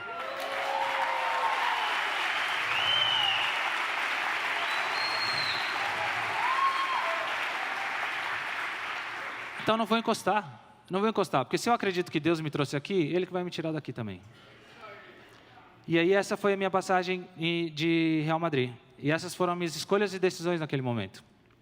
E um dos momentos mais especiais da minha carreira, 2007, foi realmente um presente. Tudo aquilo que eu vivi aquele ano, conquista da Champions League, e aí eu recebi uma grande bênção de Deus. E mais uma vez uma escolha, porque eu entendia de Deus, entendia de reino, e aí em dezembro de 2007, acontece esse evento na minha vida.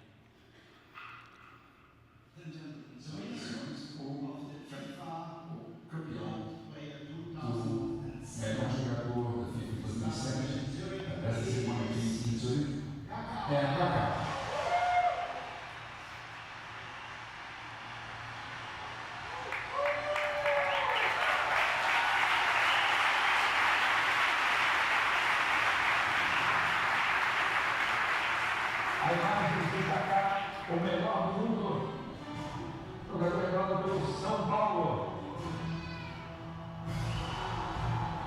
Kaká está com 25 anos, foi campeão do mundo pela seleção brasileira em 2002.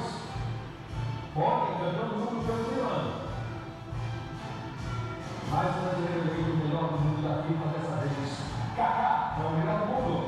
O melhor do ano de 2007 é mais uma vez brasileiro.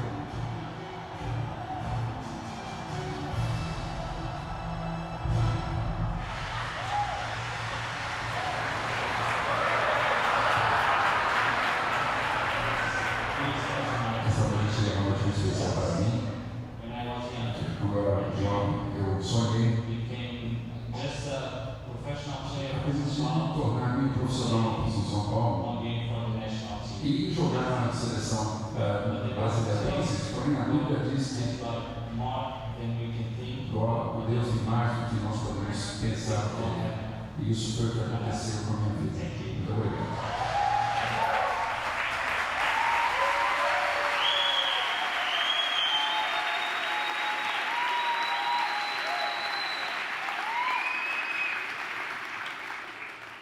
Bom, esse realmente foi um grande presente de Deus para a minha vida. Foi aquilo que a gente acabou de ler aqui. Busque em primeiro lugar o reino de Deus e todas as outras coisas serão acrescentadas. Isso foi o que foi acrescentado. Porque em todo tempo eu busquei o reino de Deus. Eu via jogadores sendo o melhor jogador do mundo e eu sonhava um dia de ser um cristão. Senhor, eu quero um cristão ser o melhor jogador do mundo.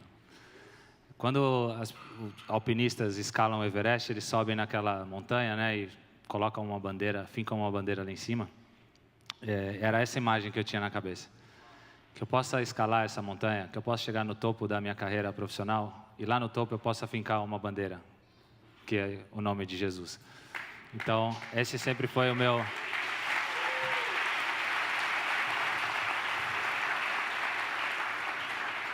Esse sempre foi o meu desejo e a minha vontade. E é engraçado porque realmente as coisas vão sendo acrescentadas, né?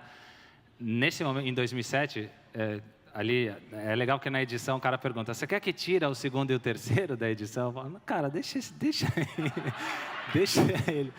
eles aí, não mexe neles não, deixa eles aí. E vem sendo acrescentada porque esses caras, um ganhou 6 e o outro ganhou 5.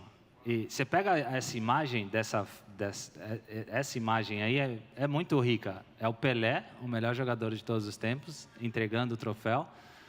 O Messi de um lado, o Cristiano do outro, e eu recebendo o prêmio. Realmente, assim, para mim é uma imagem muito rica e eu só tenho a agradecer, porque me foi acrescentado. Como eu fiz o discurso lá no dia, eu nunca pensei em ser o melhor jogador do mundo. Isso nunca passou pela minha cabeça. Eu queria ser jogador profissional pelo São Paulo e jogar pela seleção brasileira uma vez. Acabei disputando 3 Copas do Mundo, cheguei a ser o melhor jogador do mundo. Enfim, as coisas vão acontecendo e você vai sonhando mais alto. Mas, a princípio, não era isso. E, realmente, as coisas vão sendo acrescentadas. A partir do momento que você conhece o Rei, a partir do momento que você tem entendimento do reino, e aí você faz as escolhas e as decisões que realmente geram frutos dessa forma, geram frutos eternos. E eu acho que isso é a grande riqueza da minha carreira profissional, né, daquilo que eu vivi em campo. Foram 17 anos como profissional, tenho com certeza muito mais anos para viver fora dos gramados do que dentro, mas a riqueza que eu consegui gerar ali, e esse processo, né, que eu aprendi de conhecimento, entendimento, para eu fazer as minhas escolhas, realmente é o que me dá grande orgulho. Claro, tudo que eu conquistei é muito legal, mas é muito legal eu sair na rua e o cara falar assim: Kaká, eu sou corintiano, palmeirense, enfim, santista. Claro, São Paulino é muito legal, mas que o cara torce para outro time e fala: eu te admiro não só pelo que você fez em campo, mas pela sua conduta. Cara, eu achei que você era metido, você é simples e humilde. Enfim, isso não é para eu me vangloriar, não. Isso é realmente porque as pessoas entenderam quem eu sou. Eu me entendi quem eu sou através de Cristo e as pessoas entendem aquilo que eu fiz. Os 5 lugares onde eu joguei, isso para mim é uma grande riqueza, ter as portas abertas nos 5 lugares onde eu joguei. No São Paulo eu posso entrar em qualquer momento, no Milan, qualquer momento, Real Madrid, qualquer momento, Orlando City, qualquer momento, Seleção Brasileira, qualquer momento. Isso para mim é muito rico, é muito precioso. Então, eu não lembro da premiação que foi a gente ser campeão em 2002, mas lembro de cada um dos meus amigos que estavam ali. Lembro de cada momento que eu vivi com eles ali. Lembro do Galvão falando 7 vezes: e o Kaká vai entrar, e o Kaká vai entrar. Então, lembro dessas coisas. Então, o que eu queria um pouco compartilhar com vocês essa noite é isso, é essa riqueza. Eu não estou aqui para ensinar ninguém, eu não sou professor, enfim, o que eu estou usando aqui hoje do meu testemunho é um encorajamento para vocês. É que aquilo que Deus fez na minha vida, Ele pode fazer na vida de vocês. Então, não é... Claro, nem todos aqui vão ser atletas profissionais, nem eu também não vou ganhar 6 bolas de ouro, mas também não vou ganhar nenhuma. Enfim, é a gente entender a nossa autenticidade. E isso é a coisa mais legal que tem. É a coisa mais legal que tem. É saber que a sua digital é só sua digital. Que ninguém tem outra digital. E que Deus te ama pela sua digital.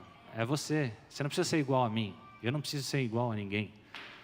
Então, acho essa série é muito legal, sabe? Porque vai vir aqui pessoas completamente diferentes. Vocês vão aprender de áreas diferentes. Vocês vão ouvir pessoas de áreas diferentes. E ninguém aqui quer ser melhor do que ninguém. Eu não estou aqui para falar melhor do que os outros. Porque ninguém tem a experiência que eu tive.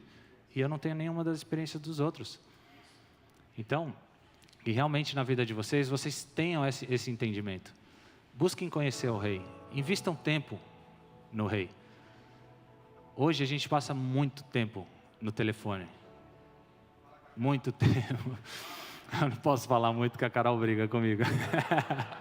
Porque esse é um tema que a gente conversa bastante. Então, deixa 5 minutos, investe tempo em conhecer a Deus, investe tempo em ler a Bíblia, investe tempo em uma oração. Hoje, com milhares de vídeos na internet, vai lá, digita no YouTube, tem excelentes pregadores, excelentes cursos. Gasta 15 minutos, 20 minutos, investe. Vem na igreja, conversa com pessoas que foram transformadas. Começa por essas, não começa pela pessoa que comprou a casa nova ou trocou de carro. Começa por aquele que foi transformado. Falou: cara, eu batia na minha esposa, eu bebia, eu chegava em casa bêbado, batia nos meus filhos e Deus me transformou. Começa por esses. Começa a entender como que esse cara fez isso. Fala: cara, como que você fez isso? Que ele vai falar: cara, eu não sei. Mas eu sei que eu busquei a Deus e abri meu coração para Ele. E foi Ele que fez. E da mesma forma comigo. Vocês viram aqui, eu com 12 anos não tinha condições nenhuma. Foi Ele que fez. Foi Ele que fez. E quando Samuel chega ali para Eli, que Eli fala para ele, Eli fala para ele assim, quando ele te chamar, não faz nada. Não faz nada. Só fala para ele assim, eis-me aqui. Eis-me aqui. A gente na igreja também, eu não sei quantos aqui, mas eu corri muito atrás de chamado. Muito. Até o dia que eu entendi que na Bíblia não tem ninguém, ou se vocês conhecerem, vocês me falam, porque até hoje eu não achei alguém que correu atrás de chamado. Então se tem alguém aqui correndo atrás de chamado, para. Para de correr atrás do seu chamado. Na Bíblia não tem um exemplo de cara que correu atrás do chamado. Agora, tem vários exemplos de cara que estavam disponíveis. Falou assim, Senhor, eis-me aqui. Eis-me aqui. Então, não fica correndo atrás.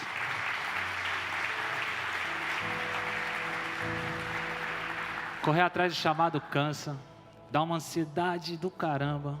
Você não sabe se está fazendo a coisa certa, se está fazendo a coisa errada. E aqui, ó, na Bíblia já tem um monte de chamado.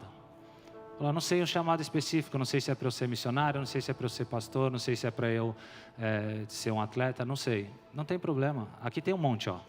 Primeiro, ir de pregar o evangelho a toda criatura. Já começa por esse. Chega lá para o seu vizinho e fala, vou começar pelo meu vizinho. Então começa por ele. Então para de correr atrás do seu chamado, que cansa muito.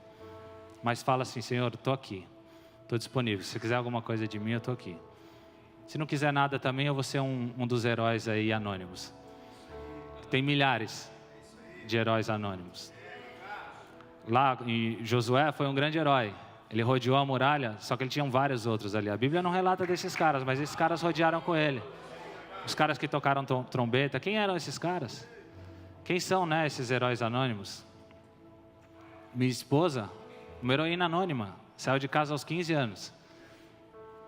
Saiu de casa aos 15 anos, foi morar na China para trabalhar. Uma heroína anônima. Ninguém sabe. E quantos aqui de vocês não são assim? Não são heróis anônimos? Que acordam 6 horas da manhã para trabalhar, para levar comida para casa. Então, essa é a grande alegria. É dessa caminhada com Deus. Então, que seja assim a vida de vocês. Lembra dessa autenticidade. Não tem ninguém igual a vocês. E Deus ama você, da forma que você é. Então, isso é um pouco daquilo que eu queria compartilhar com vocês, quais foram as riquezas que realmente foram criadas ao longo da minha vida, da minha carreira, das minhas escolhas. Então, quando no final eu gosto de fazer uma interação, gosto de abrir para perguntas. Eu não sei se a gente tem tempo, não sei se... Mas, às vezes as pessoas têm curiosidades, querem saber algumas coisas, querem fazer algumas perguntas, manerem nas perguntas. Mas, fiquem à vontade. A gente tem tempo, pode fazer. Então, se alguém tiver alguma pergunta, o Samuca vai levar.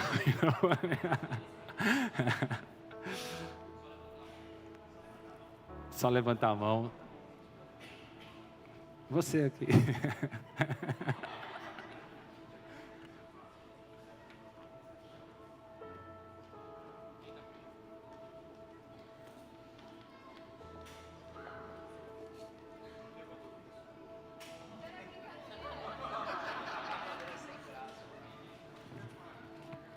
Alguém tem alguma pergunta? Alguém quer saber alguma coisa? Aqui, ó.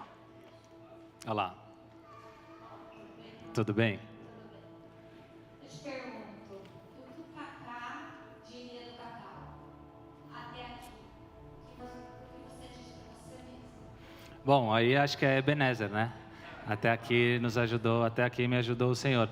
Mas tem uma parte da Bíblia que eu acho muito legal, que é de Enoque.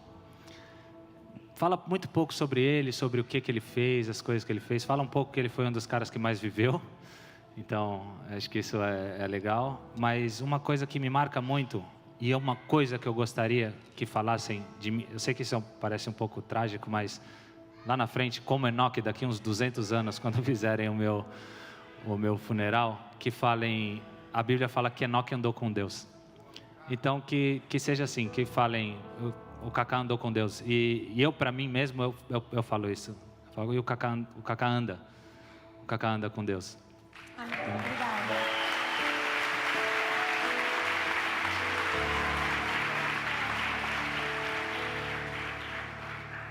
Kaká, parabéns pelo testemunho. Eu sou o Pablo Marçal e eu quero perguntar para você se arde no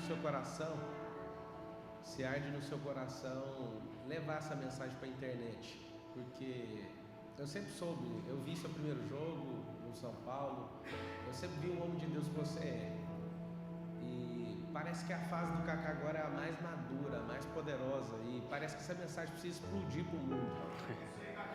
E eu senti isso no meu coração de te perguntar isso, e nem sei qual que é a sua resposta, mas você percebe que existe um mover de generais como você se levantando na terra para se posicionar usando essa internet, que é um mover novo que Deus tem usado fora das quatro paredes, e isso queima no seu coração? Olha, eu com a internet sou um pé atrás, realmente.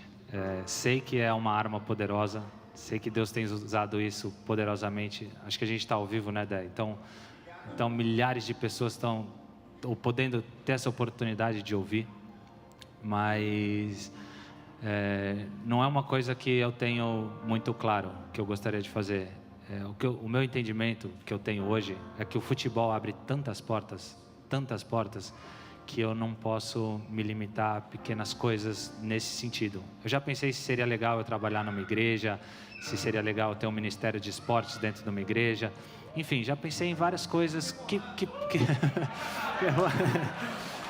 que fazem sentido, mas hoje realmente eu ainda entendo dessa forma. Hoje, pelo futebol, eu consigo ir um mês no Líbano, 15 dias depois eu consigo entrar em Israel. São coisas que, humanamente, é muito difícil de explicar como que faz isso, porque quem entra em um não entra no outro. Então, como que você tem essa possibilidade? E o futebol, eu acredito que é essa grande plataforma. Então, eu consigo ir em lugares, consigo pregar o Evangelho de uma forma que dificilmente outras pessoas conseguiriam. Então, eu ainda acredito que o meu ministério é dentro do futebol dessa forma. Mesmo não estando mais dentro do campo, mas nessas oportunidades, sabe? De ir nos lugares, de jogar, de poder falar de Jesus, de poder estar ali, de estar abraçando um refugiado, de estar abraçando uma pessoa que ninguém tem interesse, que se sente um ninguém. Então, para mim, hoje, o meu ministério é esse.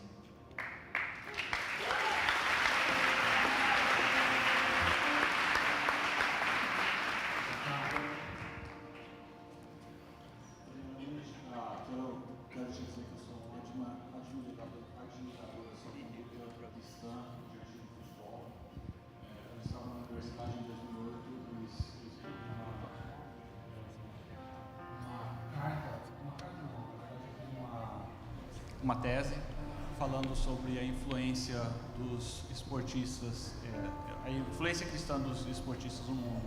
E você tinha acabado de ganhar como o melhor jogador do mundo, e eu tenho essa fala sua que você fala diante do mundo, assim, na minha cabeça, e admiro muito. Mas durante essa tese eu escrevi, eu não lembro que uma vez você falou que o seu sonho depois de se aposentar era ser pastor. Ele ainda existe?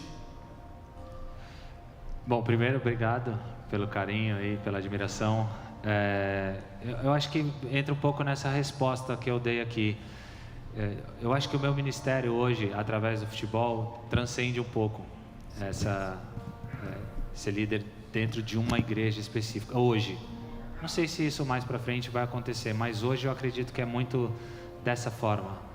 Como eu falei, as oportunidades que o futebol abre, o cara não quer saber se você é cristão ou não. Só que do momento que eu estou lá, é um cristão que está lá. Então, essa para mim é a grande arma que eu tenho.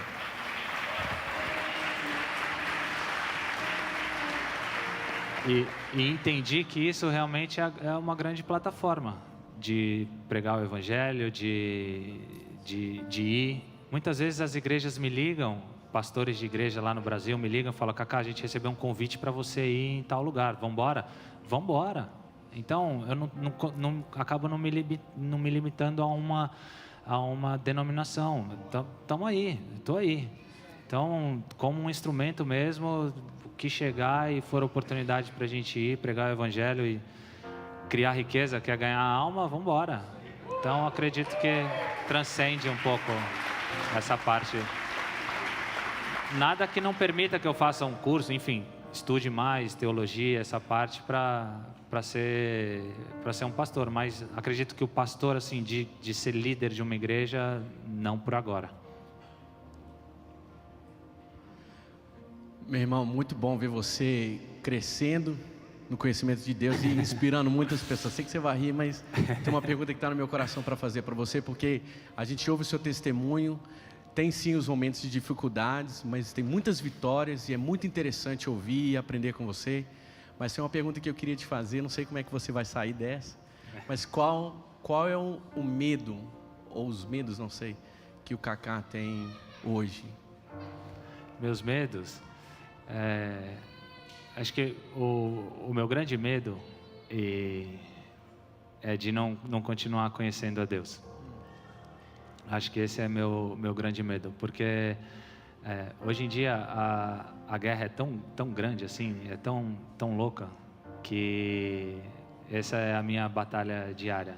Então não acaba sendo um medo, é mais um temor realmente das coisas de Deus, que eu possa continuar todo o tempo buscando esse conhecimento e saltando essas fases que eu falei da Candy Crush Life aí, que eu possa ir crescendo dessa forma.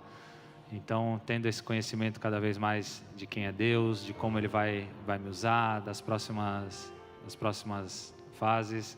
E aí sim, eu acho que o meu maior medo é de não levar o maior número de pessoas para Cristo. Isso eu acho que é o meu grande receio, sabe? De chegar lá e falar assim, putz, acho que eu podia ter feito mais. Então, esse acho que é o meu grande receio, é de realmente ter entregado 100%, fiz o que era 100% e o que eu estava disposto a fazer, e Senhor, eis-me aqui. Acho que é isso.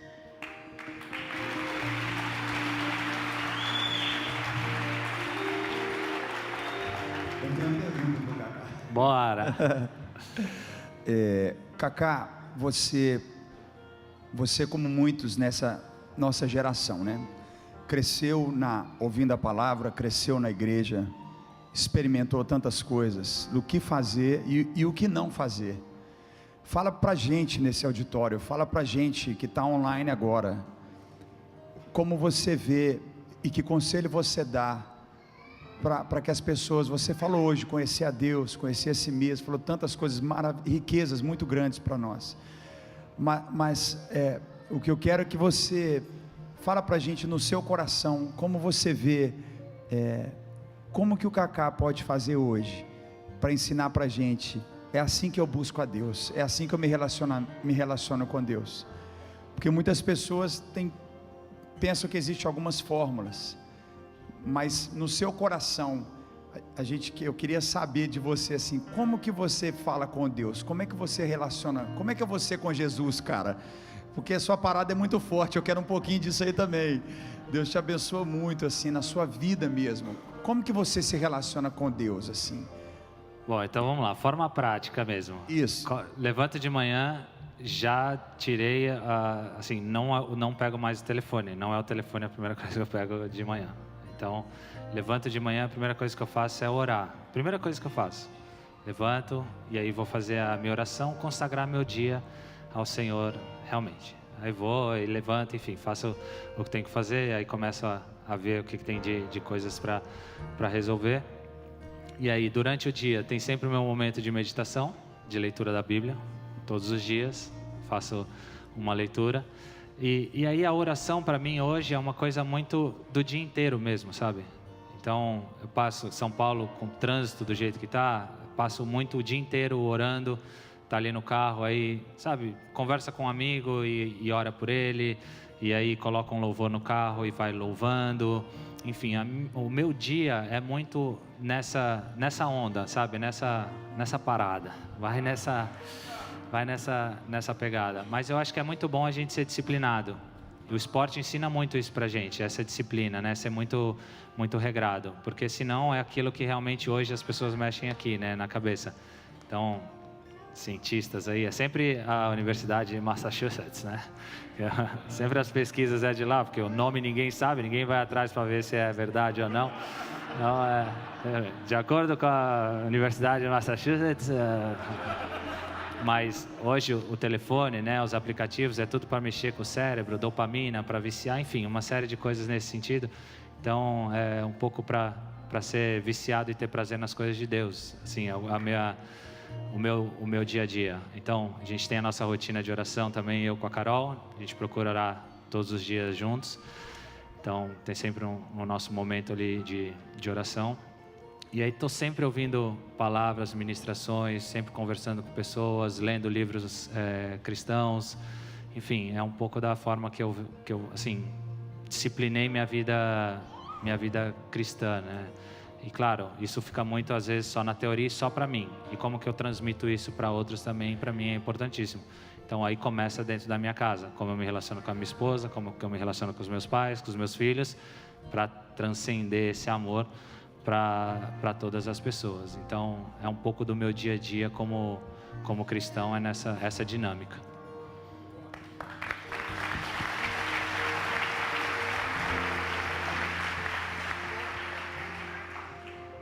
Isso. Qual o seu maior sonho? Na verdade eu tenho duas perguntas em uma. Qual o seu maior sonho como cristão e na sua área profissional hoje? E se você já fez algum gol contra o Ceará? Meu time do coração. Putz, não lembro. Vou começar pela segunda. Não lembro se eu fiz algum gol contra o Ceará.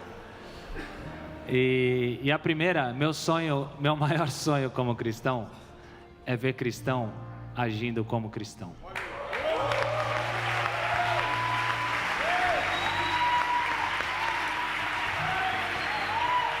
Esse é meu maior sonho como cristão, porque tristemente a gente escuta que o número de evangélicos no Brasil cresce a cada ano. Se o número de evangélicos no Brasil cresce a cada ano, a gente não muda em nada o país, tem alguma coisa que não tá certo, sabe? Então esse é o meu maior desejo como cristão, é ver cristão agindo como cristão, é ver cristão sendo misericordioso, é vendo cristão tendo a possibilidade de ser corrupto e não ser corrupto. É cristão tendo a oportunidade de fazer a coisa errada e fazer a coisa certa. É cristão dentro de uma empresa não querer puxar o tapete do chefe, mas ser um exemplo para que se um dia Deus quiser colocar ele no lugar do chefe, ele vai colocar. Mas se ele não quiser, aquele chefe pelo menos vai entender o que é Jesus e o que é Cristo através daquele cristão que estava ali. Então, o meu maior desejo como cristão é esse. É ver cristão agindo como cristão e sendo cristão. E não da boca para fora. Porque hoje também tem muito modinha, né? Pessoa querendo ser de Jesus e faixinha para cá, faixinha para lá. E no modo de comportar e de agir, está muito longe daquilo que é cristão. Não é julgamento aqui, de forma alguma julgando. Mas o que eu mais gostaria de ver realmente é cristão sendo cristão. Última pergunta, vamos lá.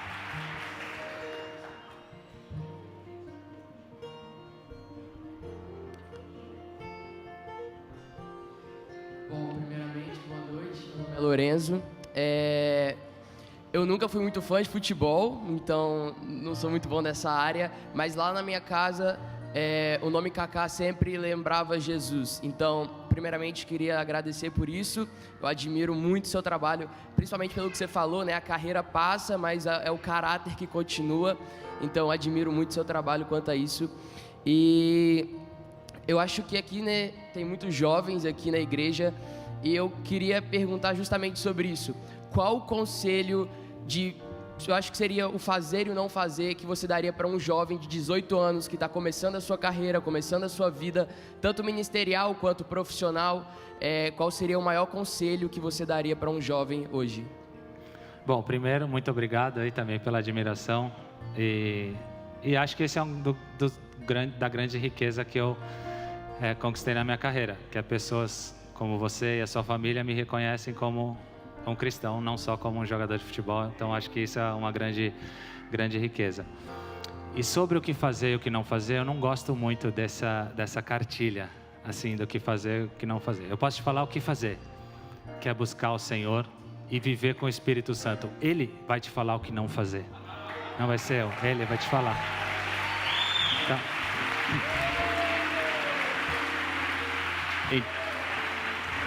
Então, o pastor pode chegar aqui e falar um monte de coisa para você. Faça isso, não faça aquilo, faça isso, não faça aquilo. Ao sair da porta ali, ele não tem mais controle sobre você. E isso é terrível. Isso é terrível para ele e é terrível para você, porque você vive sobre um jugo pesadíssimo. Então, busque a Deus. Tenha comunhão com o Espírito realmente. E Ele vai falar. Assim, é maravilhoso. Porque a hora que você for fazer uma coisa que não é legal fazer, cara, vai ser um peso gigante, é um incômodo violento. E a escolha é sua, de fazer ou não. E você vive depois a consequência. Foi escolha de Adão ir lá, de Eva comer aquele fruto, mas viveram as consequências. Então, o conselho que eu dou para os jovens é esse. Busque o Senhor. Hoje, para vocês, diferente da minha época, a gente pegou ainda a transição, né, do analógico para o digital.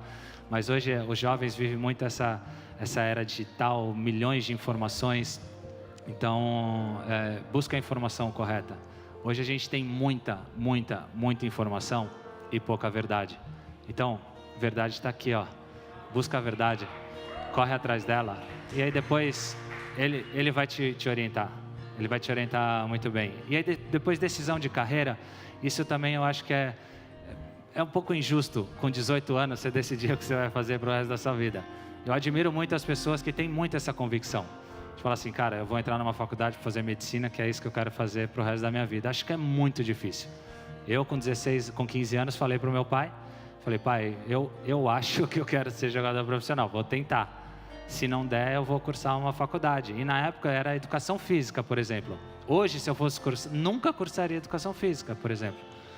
Mas na época seria. Então, busca um pouco essa orientação, tenha muita calma, muita paciência. Os pais também, um pouquinho de calma, um pouquinho de paciência nesse momento. São raros os casos do cara que sabe que vai fazer já com 18 anos. E por isso que eu falo que eu acho que é um pouco, não sei se é injusto, mas é cedo, né? Para decidir o que vai fazer para o resto da vida.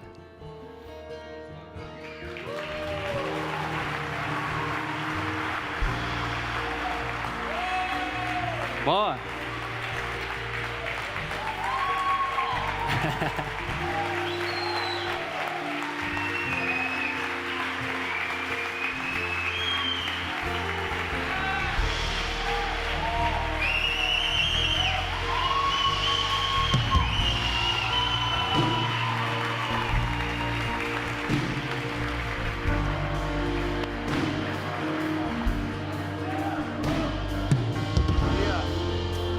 Eu queria pedir que você fechasse seus olhos e eu queria que o Kaká orasse por nós, orasse por cada um aqui, cada um que está online com a gente agora.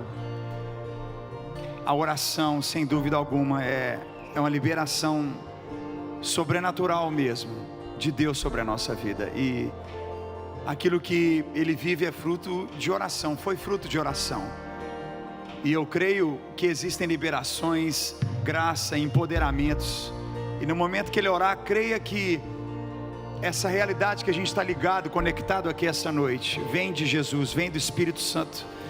Talvez essa noite você tenha vivido batalhas muito grandes. Você está contundido, teu casamento está na reserva, você está pronto para abandonar situações. Mas eu creio nessa oração, por mais direta ou simples que pareça, eu creio que o Espírito Santo vai tocar a nossa vida, vai falar conosco.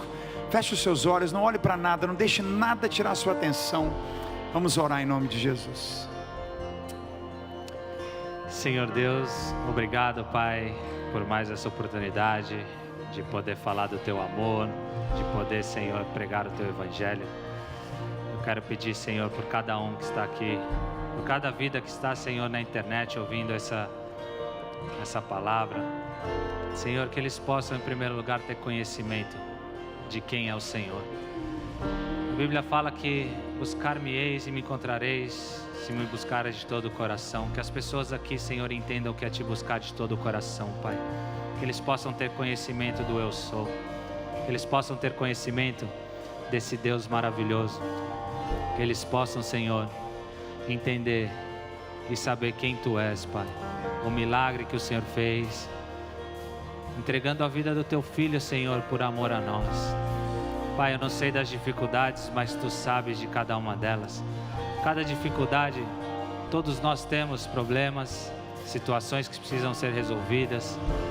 Pai, no momento que eu conheço a Ti, que eu entendo do Teu reino, eu vou fazer a escolha, Senhor, que é a escolha correta, que é a escolha, Senhor, não a mais fácil, mas aquela, Senhor, que vai alegrar o coração de Deus e que vai criar para mim uma grande riqueza.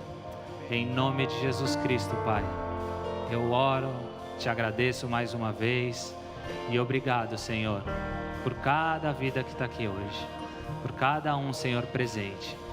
Que eles entendam, Senhor, que o Senhor é um Deus de milagre, mas que mais do que isso, que o Senhor é um Deus de andar junto. O Senhor é um Deus que cura, Pai. Pode fazer um milagre, entrar naquele hospital e curar. O Senhor pode ajudar a pagar uma conta, mas que mais do que isso, Senhor, o Senhor vai caminhar junto. O Senhor vai ensinar, Pai, a andar essa jornada, que essas pessoas tenham, Senhor, entendimento que a caminhada é muito, muito mais legal, Senhor, do que só um milagre. Que assim como Bartimeu, depois ele seguiu a Jesus, que essa seja a nossa escolha, Pai, de receber um milagre e seguir a Jesus. Porque o mais legal é Te seguir, Senhor. O mais legal é passar contigo. O mais legal é saber que o Senhor está nas nossas vidas. Em nome de Jesus, Pai. Amém, Senhor.